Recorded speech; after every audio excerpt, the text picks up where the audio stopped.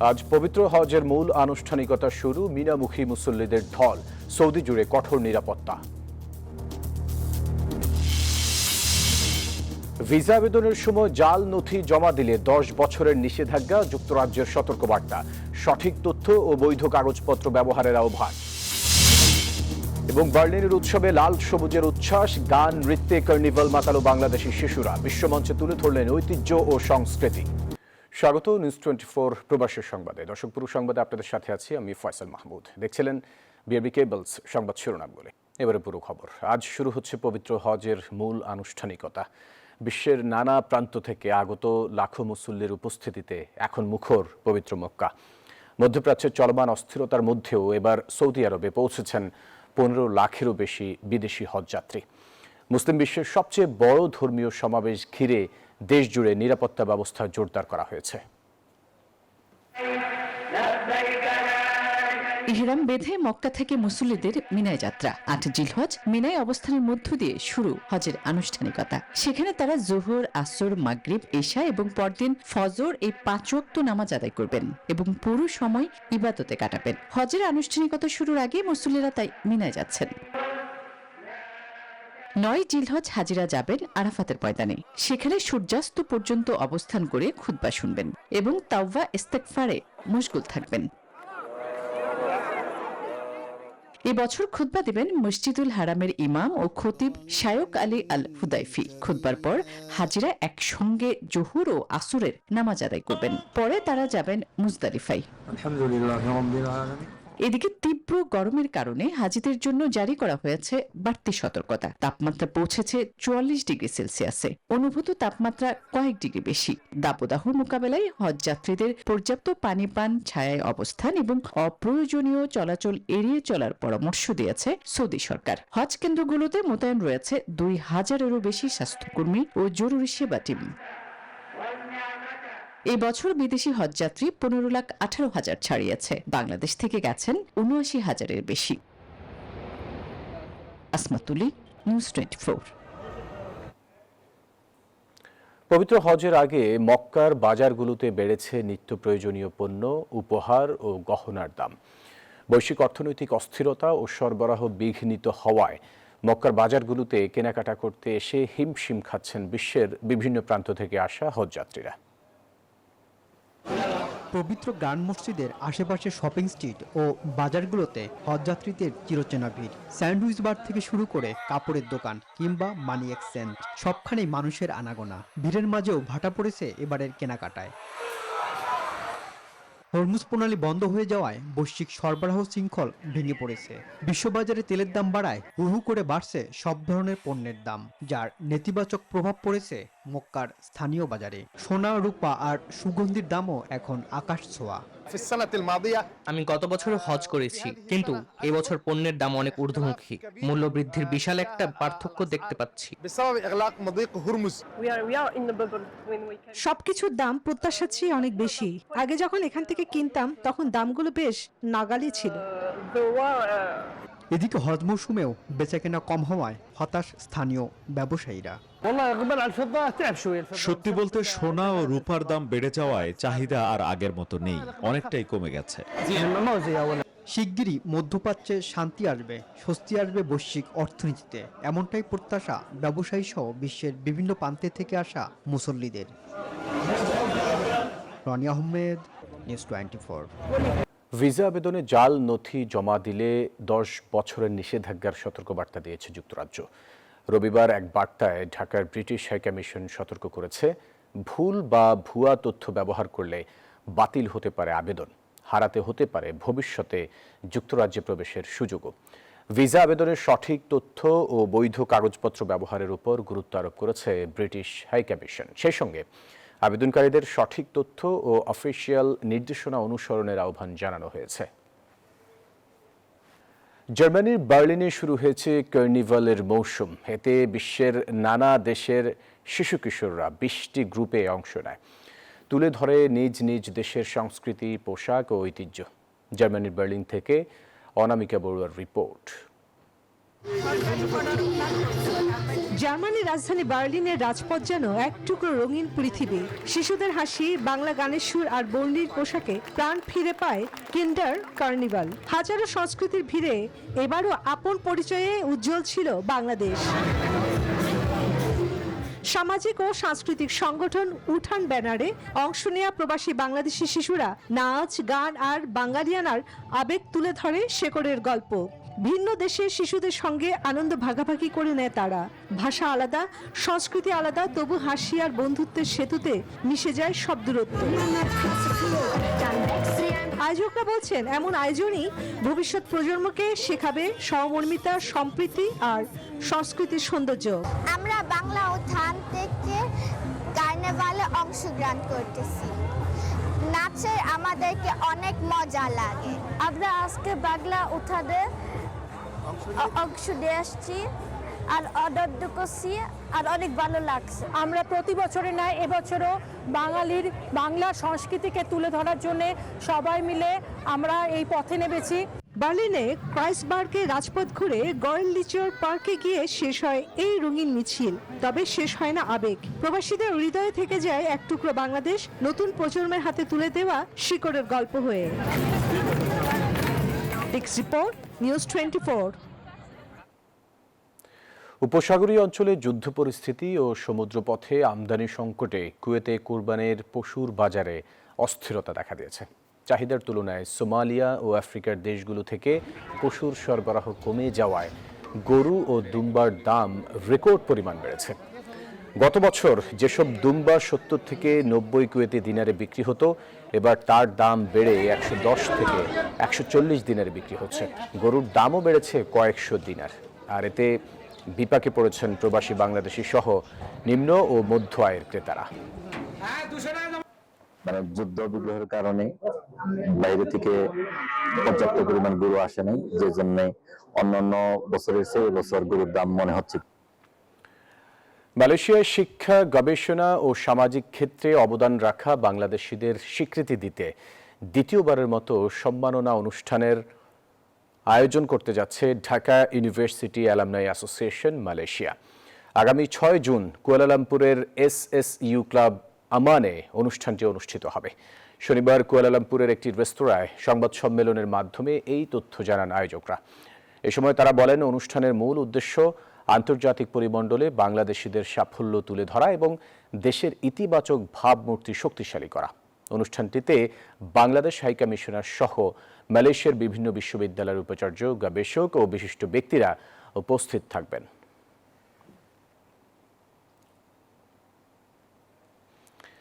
চীন দূতাবাসের আমন্ত্রণে এক সপ্তাহের সফর শেষে দেশে ফিরেছে ঢাকা বিশ্ববিদ্যালয় কেন্দ্রীয় ছাত্র সংসদের ডাকসু 15 সদস্যের প্রতিনিধি দল। শনিবার দুপুরে প্রতিনিধি দলটি হযরত শাহজালাল আন্তর্জাতিক বিমানবন্দরে অবতরণ করে। চীন সফরকালে ঢাকা বিশ্ববিদ্যালয় কেন্দ্রীয় ছাত্র সংসদ ডাকসুর প্রতিনিধি দলকে প্রবাসী বাংলাদেশিদের পক্ষ থেকে দেয়া হয় নাগরিক সংবর্ধনা। সাংহাইয়ের একটি স্থানীয় হোটেলে আয়োজিত অনুষ্ঠানে চীনের বিভিন্ন শহর ও প্রদেশে বসবাসরত শিক্ষক, গবেষক, শিক্ষার্থী, ব্যবসায়ী ও পেশাজীবীরা অংশ নেন। সমুদ্রে তেল গ্যাস অনুসন্ধান করবে সরকার, এমনটি জানিয়েছেন জ্বালানি মন্ত্রী ইকবাল হাসান মাহমুদ টুকু। তিনি বলেন, 26টি ব্লকে তেল গ্যাস অনুসন্ধানে আন্তর্জাতিক দরপত্র আহ্বান করা হয়েছে। জাতীয় স্বার্থ প্রাধান্য দিয়েই বিদেশি কোম্পানির সাথে চুক্তি করা হবে।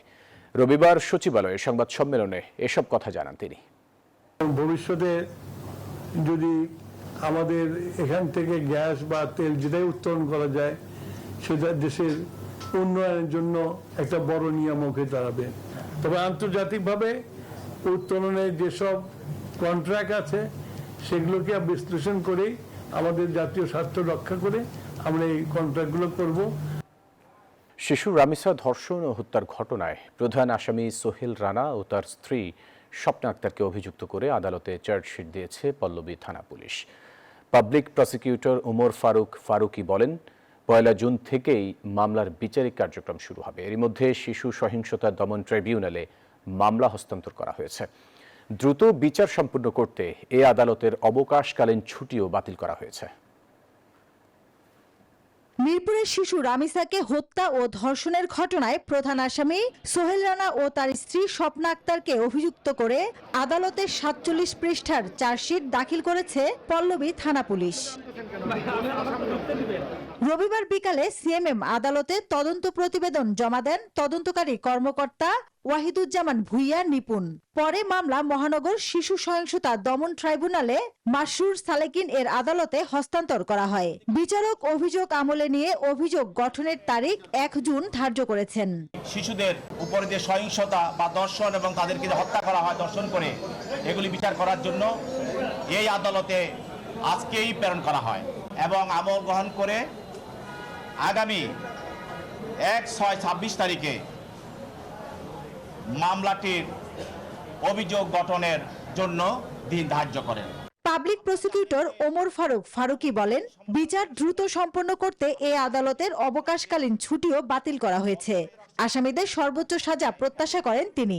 সোহেল রানা সেই দর্শন করে এবং দর্শনের ফলে তার অন্যবিধ কার্যকলাপের জন্য, যেমন তার হাত গলা কেটে ফেলেছে, তার হাত বিচ্ছিন্ন করে ফেলেছে, তাকে বিভিন্নভাবে ক্ষতবিক্ষত করেছে, যার ফলে তার মৃত্যু হয়েছে। সেই জন্য তার বিরুদ্ধে ৯-২ এই ধারার অভিযোগ এবং তার স্ত্রী স্বপ্না আক্তার, স্বপ্না খাতুন, সেই যেহেতু তাকে এই কর্মের জন্য সহযোগিতা করেছে, তার বিরুদ্ধেও এই ৩০ ধারায় সেখানে সম্পৃক্ত করা হয়েছে। সকালে চিফ মেট্রোপলিটন আদালতে ২ আসামিকে হাজির করা হয়। ১৯ মে মিরপুরের পল্লবীতে একটি বাসায় রামিসাকে ধর্ষণের পর নৃশংসভাবে হত্যা করা হয়। মাসুদা লাবনী, নিউজ 24, ঢাকা। শিশু রামিসা ধর্ষণ ও হত্যা মামলার বিচার ৫ থেকে ৭ দিনের মধ্যে শেষ হবে বলে জানিয়েছেন স্বরাষ্ট্রমন্ত্রী সালাউদ্দিন আহমদ। সচিবালয়ে বিএসআরএফ সংলাপে মন্ত্রী বলেন, অপরাধের সর্বোচ্চ শাস্তি নিশ্চিত করতে সরকার প্রয়োজনীয় সবকিছুই করবে। আর ক্ষমতাচ্যুত প্রধানমন্ত্রী শেখ হাসিনাকে আইনি প্রক্রিয়ায় দেশে ফিরিয়ে এনে সরকার তাকে বিচারের মুখোমুখি করতে চায় বলেও মন্তব্য করেন তিনি। শিশু রামিসাকে ধর্ষণের পর হত্যার লোমহর্ষক ঘটনা পুরো বাংলাদেশকে কাঁদিয়েছে। সচিবালয়ে বিএসআরএফ সংলাপে প্রশ্নের জবাবে স্বরাষ্ট্রমন্ত্রী বলেন, দ্রুত সময়ে এই ঘটনার বিচার শেষ করতে সংশ্লিষ্ট আদালতের ঈদের ছুটি বাতিল করা হতে পারে। ইতোমধ্যে একজন বিশেষ পিপিও নিয়োগ দেওয়া হয়েছে। বিএনপি সরকারের ৩ মাসে ধর্ষণের ঘটনায় কোনো অপরাধী ছাড় পায়নি বলেও দাবি তার। সবচাইতে মনোযোগ এখানেই দিয়েছি যে দ্রুততম সময়ে যাতে অভিযুক্ত বা অপরাধীরা গ্রেফতার হয়। সেই জায়গায় আমরা এই 3 মাসে প্রত্যেকটি ঘটনায় আমরা সফল হয়েছি ইনশাআল্লাহ। আমরা একজন স্পেশাল পিপি নিয়োগ করেছি শুধুমাত্র এই মামলাটা ডিল করার জন্য। খুব সম্ভবত 5 থেকে 7 দিনের ভিতরে এই বিচার কার্য সমাপ্ত হবে। এর চাইতে বেশি কিছু করার আমাদের পক্ষে এই মুহূর্তে আর বোধহয় সম্ভব না। এবং আমরা নিশ্চিত যে মাননীয় আদালত এই প্রসিকিউশন টিমের বক্তব্য শুনে, চার্জশিট দেখে এবং এভিডেন্স 164 এগুলো দেখে সঠিক সিদ্ধান্ত নেবেন এবং সর্বোচ্চ শাস্তি নিশ্চিত করা হবে। ক্ষমতাচ্যুত প্রধানমন্ত্রী শেখ হাসিনার ফেরার গুঞ্জন নিয়েও প্রশ্নের জবাব দেন স্বরাষ্ট্রমন্ত্রী। বলেন, তিনি ফিরছেন এমন তথ্য জানা নেই। আমরা পররাষ্ট্র মন্ত্রণালয়ের মাধ্যমে ভারত সরকারের কাছে তার এক্সট্রাডিশনের জন্য আমরা পত্র পাঠিয়েছি অনেক আগে, রিপিটেডলি, এবং আমরা এখনো চাই আইনানুগ প্রক্রিয়ায় তিনি এক্সট্রাডিশন চুক্তি বিটুইন এক্সট্রাডিশন ট্রিটি বিটুইন 2 কান্ট্রিজে এই বিধান মতো ভারত সরকার তাকে ফেরত পাঠাবেন। আমরা তো চাই তাকে তিনি বিচারের মুখোমুখি হন। তিনি আরো জানান, পাসপোর্টে আবারও ইসরায়েল ব্যতীত শব্দ ফিরছে। টাকায় যুক্ত হতে পারে বীরশ্রেষ্ঠদের ছবি। আর অনলাইন অফলাইন জুয়া বেটিং নির্মূলে আইন সংশোধন হচ্ছে। সেই বিবেচনায় আমরা ট্রাইব্যুনাল সৃজন করব, সেই কাজটা আমরা এখন হাতে নিয়েছি। আগামী সেশনে হয়তো সেই মামলাটা আইনের অনুসন্ধানে আনতে পারবো। শানাজি ইয়াসমিন, নিউজ 24, ঢাকা। অপরাধীরা বারবার অপরাধ করে পার পেয়ে যাওয়ার এই বিচারহীনতার ব্যর্থতা ও দায় সরকারকে নিতে হবে বলে মন্তব্য করেছেন ডাক্তার তাসনিম জারা। রবিবার বিকেলে শিল্পকলা একাডেমিতে এক বিক্ষোভ সমাবেশে তিনি এই কথা বলেন। পুরো গভর্নেন্সের একটা ফেলিয়ার হচ্ছে, এই ফেলিয়ারের দায় নিতে হবে এবং এই জায়গায় আমাদের জবাবদিহিতা চাইতে হবে। সর্বোপরি এখন আমরা একটা এমার্জেন্সি সিচুয়েশনের মধ্যেই আছি। এতগুলো ইনসিডেন্ট হচ্ছে, একটা ফাস্ট ট্র্যাক সার্ভিস চালু করার প্রয়োজন, যাতে যে কেউ যদি সহিংসতার শিকার হয় তাহলে সে যাতে একটা কুইক নাম্বারে ফোন দিতে পারে নিকটস্থ পুলিশ থেকে, ফাস্ট ট্র্যাক একটা টিম চলে আসবে যাতে সহায়তা দিতে পারে। আমাদের মনে হয় এটাকে গভীরভাবে আমাদের কোথায় কোথায় ফেলিয়ার হচ্ছে সেটা আমাদের চিন্তা করতে হবে। প্রধানমন্ত্রী তারেক রহমানের সঙ্গে বিদেশ সাক্ষাৎ করেছেন ঢাকায় নিযুক্ত ভারতীয় হাইকমিশনার প্রণয় ভার্মা।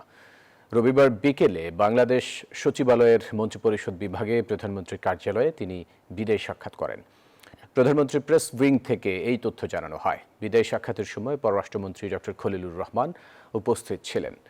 বাংলাদেশে ভারতের হাইকমিশনার হিসেবে প্রায় 4 বছর দায়িত্ব পালন শেষে ঢাকা ছাড়ছেন প্রণয় ভার্মা। বিদায়ের সময় বাংলাদেশের মানুষের উদ্দেশ্যে একটি লিখিত বার্তাও দিয়েছেন তিনি।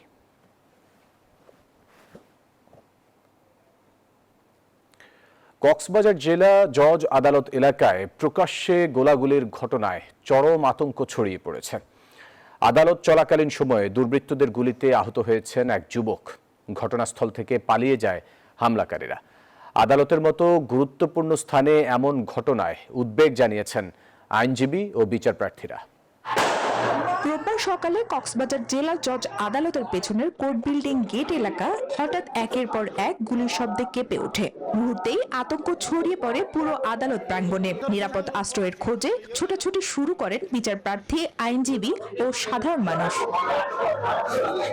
প্রত্যক্ষদর্শীরা জানান, ঝিলংজা ইউনিয়ন বিএনপি নেতা লিয়াকত আলী জমি সংক্রান্ত মামলায় হাজিরা দিতে আদালতে আসলে দুর্বৃত্তরা তাকে লক্ষ্য করে এলোপাতাড়ি গুলি ছোড়ে। এ সময় মঈনুদ্দিন নামে গুলিবিদ্ধ একজনকে কক্সবাজার সদর হাসপাতালে ভর্তি করা হয়।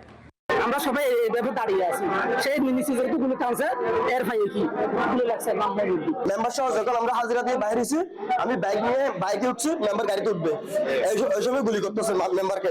প্রতিরোধের চেষ্টা করলে দুর্বৃত্তরা আরো কয়েক রাউন্ড গুলি করে পালিয়ে যায়। এদিকে আদালতের মতো গুরুত্বপূর্ণ ও স্পর্শকাতর এলাকায় প্রকাশ্যে গুলির ঘটনায় সাধারণ মানুষের মাঝে উদ্বেগ তৈরি হয়েছে। আজকের পরিস্থিতি দেখার পরে আমরা নিরাপত্তা নিয়ে যথেষ্ট তীক্ষ্ণ। ঘটনার পর আদালত এলাকায় অতিরিক্ত পুলিশ মোতায়েন করা হয়েছে। হ্যাঁ, একজন গুলিবিদ্ধ হাসপাতালে, এখনো আমরা কনফার্ম হতে পারিনি। হাসপাতাল নিচে একজন, আরেকজনকে তারা নিয়ে আসছে। জড়িতদের গ্রেপ্তার এবং আদালত এলাকায় নিরাপত্তা জোরদারের দাবি জানান সংশ্লিষ্টরা। Desk report, news 24। বান্দরবানের নাইক্ষ্যংছড়ির ঘুমধুমে স্থলমাইন বিস্ফোরণে 3 জন নিহত হয়েছেন। নাইক্ষ্যংছড়ি উপজেলার ঘুমধুম ইউনিয়নের 22 ফাঁড়ি মিয়ানমার সীমান্তের 0 পয়েন্টে এই ঘটনা ঘটে। পুলিশ ও স্থানীয়রা জানান, সকালে তুমব্রু ও নো ম্যানস ল্যান্ড এলাকার কলা বাগানে 3 জন কাজ করতে যান। এ সময় মিয়ানমার সীমান্তে পুঁতে রাখা স্থলমাইন হঠাৎ বিস্ফোরণ হলে এক ব্যক্তি নিহত হয়। পরে তাকে উদ্ধার করতে গেলে সঙ্গে থাকা অপর 2 জনও মাইন বিস্ফোরণে নিহত হন। মেহেরপুরের গাংনী উপজেলার চাঁদপুর গ্রামে 9 বছর বয়সী শিশু ধর্ষণের অপরাধে শাকিল হোসেন নামের এক যুবকের মৃত্যুদণ্ড দিয়েছেন আদালত। একই সঙ্গে তাকে 3 লাখ টাকা জরিমানা করা হয়েছে। রবিবার দুপুরে মেহেরপুর নারী ও শিশু নির্যাতন দমন ট্রাইব্যুনালের বিচারক মোহাম্মদ তাজুল ইসলাম এই রায় ঘোষণা করেন। জরিমানার অর্থ আসামের স্থাবর অস্থাবর সম্পত্তি নিলামে বিক্রি করে ভুক্তভোগীর পরিবারকে দেওয়ার নির্দেশনা দেয়া হয়। 29 কার্যদিবসের মধ্যে ধর্ষণ মামলার রায় ঘোষণা দেশের মধ্যে এটাই প্রথম। মামলার সূত্রে জানা গেছে, 2025 সালের 16 জুন সকালে বাবার জন্য সকালের খাবার নিয়ে মাঠে যাচ্ছিল ওই শিশু। এ সময় শাকিল শিশুটিকে ধর্ষণ করে। রায় ঘোষণাকালে আসামি শাকিল হোসেন আদালতে উপস্থিত ছিল। এই রায় ঘোষণার মধ্যে দিয়ে এদেশে শিশুর প্রতি যে সহিংসতা সেটা রোধ এবং শিশুর সুরক্ষায় এই রায় অনেক ভূমিকা রাখবে এবং অপরাধীরা শিশুদের প্রতি যে সহিংস মনোবৃত্তি কিংবা যে শিশুদেরকে ব্যবহারের যে প্রবৃত্তি সেখান থেকে অপরাধীরা নিবৃত হবে। দর্শক, ছিল প্রবাসের সংবাদে। এতক্ষণ সাথে থাকার জন্য ধন্যবাদ সবাইকে।